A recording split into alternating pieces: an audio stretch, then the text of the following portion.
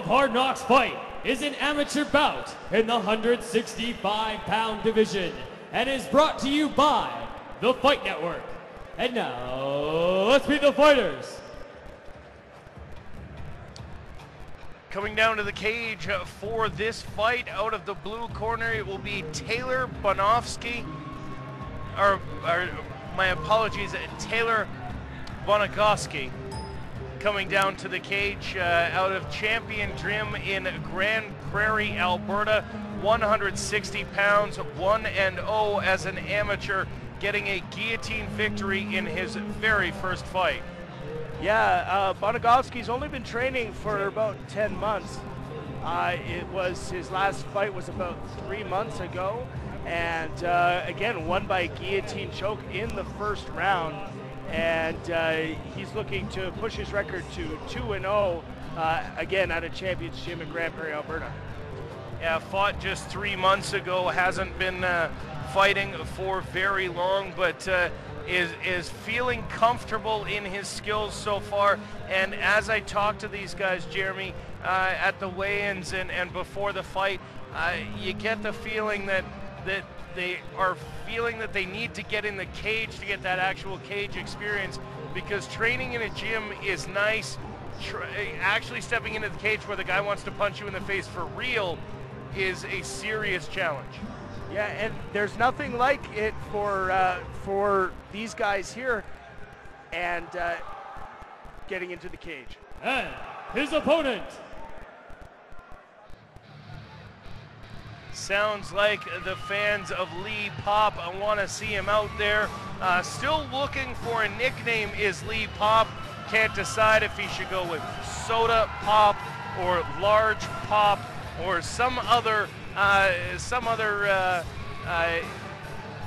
variation on Pop.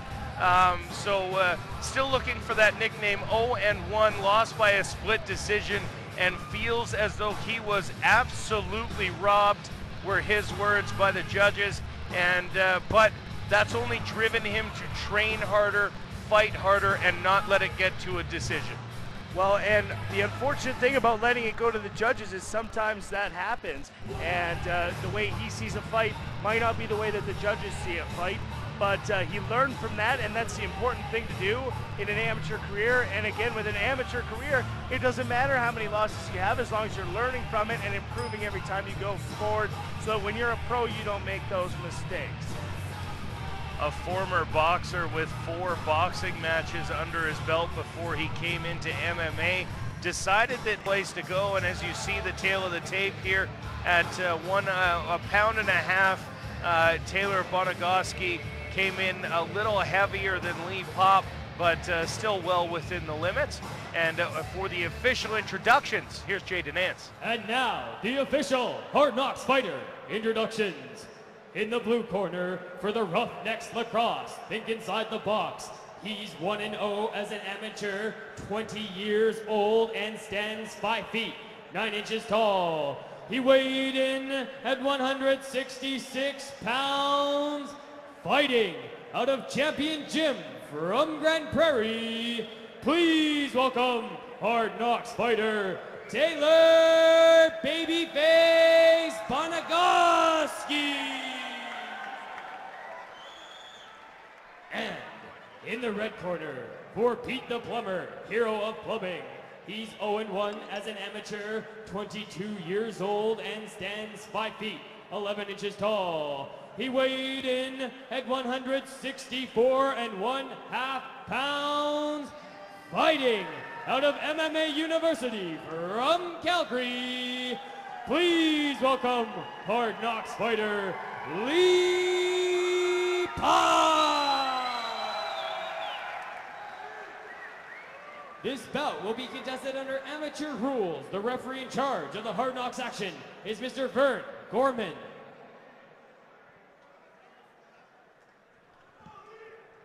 Some final instructions from the official here as Lee Popp comes out of the red corner in the white trunks. Out of the blue corner in the black trunks is Taylor Bonogofski, and a big pop from the crowd for Lee Popp there. Not sure. That's terrible. Thank you. Cheap pops and terrible. I'll keep going all night until we find the man a nickname. But Lee Popp swinging early against Taylor Bonogofski. Taylor looking to take this fight to the ground immediately, Jeremy. Yeah, and good wrestling shown here by Lee Popp out of MMA University. Good sprawl, pushing the head down, trying to get into good position, but good forward motion by Bonogofski, able to end up in a bit of a positive position. Now has that leg hooked, but it's leaving his rib cage open for a nice elbow, which Lee Popp threw. Popp does get out of the takedown attempt and ends up now trying to pull him up with a guillotine. Got him right off the ground. Lee Popp is just lifting Taylor Bonogofski off the ground, and he is trying to end this fight early and does not get it, despite, again, the full weight of Bonogofski on his own neck there, as Lee Popp had him clear off the ground. The problem with that is that's going to sting the arms of Lee Popp, and a nice takedown there by Bonogofski. Some good wrestling shown here by both these guys, both offensive and defensive, and Bonogofski looking to take Lee Popp's back. Bonogofski doing a good job, and the wrestling does have Lee Popp's back momentarily, but Popp does manage to spin out of it and now finds himself in a half guard, in danger of a triangle here, but he does have that other leg pinned. Yeah, and it's, oh, there's an armbar here. It's a little low, so it's not on the elbow, more on the wrist. So it's going to cause some discomfort, but I don't think he'll be able to tap him out, and able to come out is Lee Popp. Lee pops out of that position onto his feet. I can't help myself. It's terrible. Oh, a big uppercut from Lee Popp as Bonogofski was coming in, and that stood him right up. And there was a spit take there. The was flying. These are big knees, big shots. I don't think that Bonogofski's in a good situation right now, and going to the head is Lee Popp, and I think that he needs to keep going with the striking at this point, because I don't think Bonogofski is all there yet. Big elbow to the midsection there, or a big knee rather, to the midsection. Again, I think you're right, Jeremy. Bonogofski looks a little shaky, seems to have regained himself a little bit now, but Lee Popp is coming in with big shots, and Taylor Bonogofski, to his credit, still standing, but may not be for long, coming back with a couple shots of his own. Well, the thing is, Lee Popp is throwing from his hips, and his hands were down, and Bonogofski is now throwing straights, and these are bouncing off. This is going back and forth. This is what an amateur fight's supposed to be. Less than 10 seconds left on the featurefights.ca as these guys look to finish this first round. A big throw at the end, and why not? The round that had everything now has one more thing, and a congratulations from Lee Popp to Taylor Bonogofski. One of the best, most entertaining amateur rounds I've ever seen. Wow, what a finish that last minute between the two, including a, and we should see that here in the replay momentarily, as the two of them are just throwing everything they had at one another. And near the end of the round, Bonogofski's mouthpiece started to fall out from the strikes from Lee Popp as they both went head-to-head, toe-to-toe here at the end of round number one at Hard Knocks 27. Yeah, it looks like we're going to see the throw here. No, the upsetting thing is that was such an entertaining round. How do you top that? It's like a movie that does all the explosions in the first 5 minutes, and then what do you do with the rest? But these guys are going to solve it right now. We can only hope to see more of the same as Lee Popp comes out of the red corner. Out of the blue corner is Taylor Bonogofski, and he comes out ready to fight.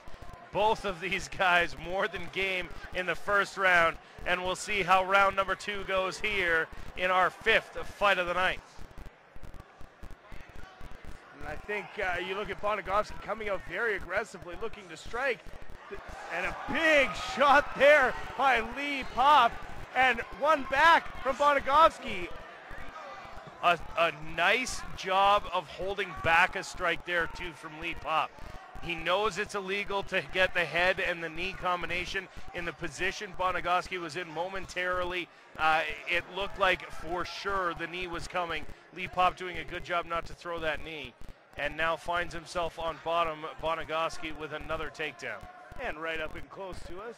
It's always nice when the action. We have such terrible seats here. Yeah, ringside's so bad.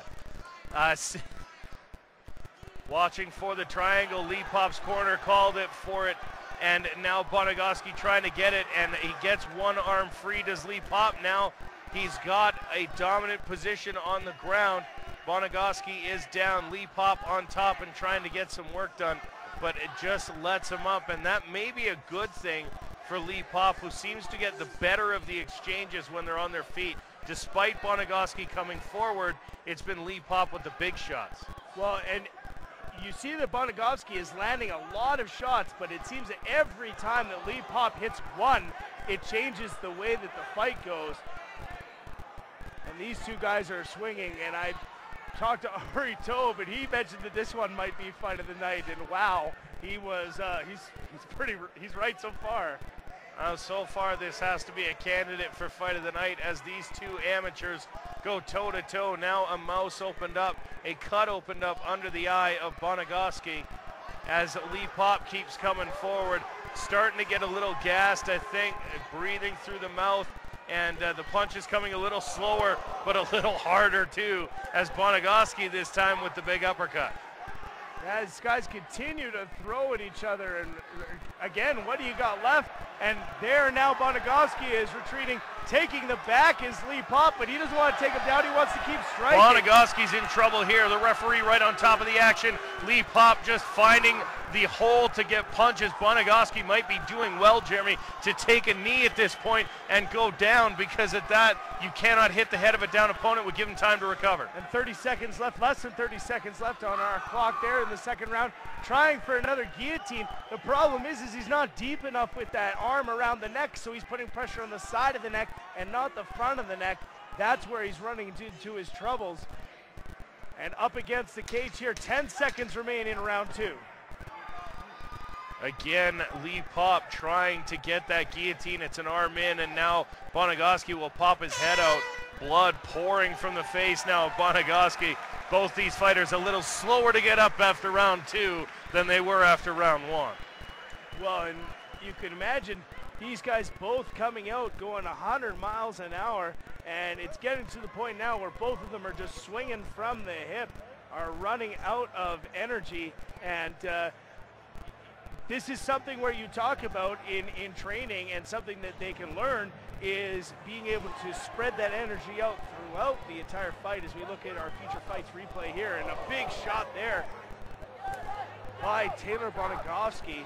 And again, tough to call these rounds because both fighters are getting the advantage in different situations. This swelling on Bonogofski's nose, pretty significant from this vantage point here, cage side. You can see he's taken quite a bit of damage to his face. Might even be broken, right? And yeah, it may very well be broken.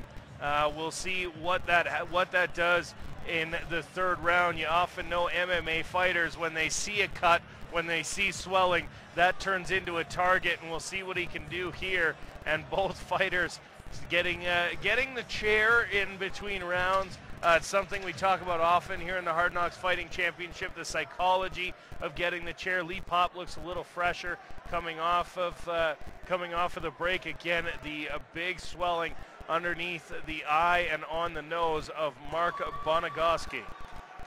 Taylor Bonogofski. Taylor Bonogofski. Taylor Bonogofski might lose his nickname Babyface if his nose actually is broken, because nothing wrecks a baby's face like a broken nose. And these guys are swinging again. Big punch. This fight is over. Lee Popp winning by TKO as the referee gets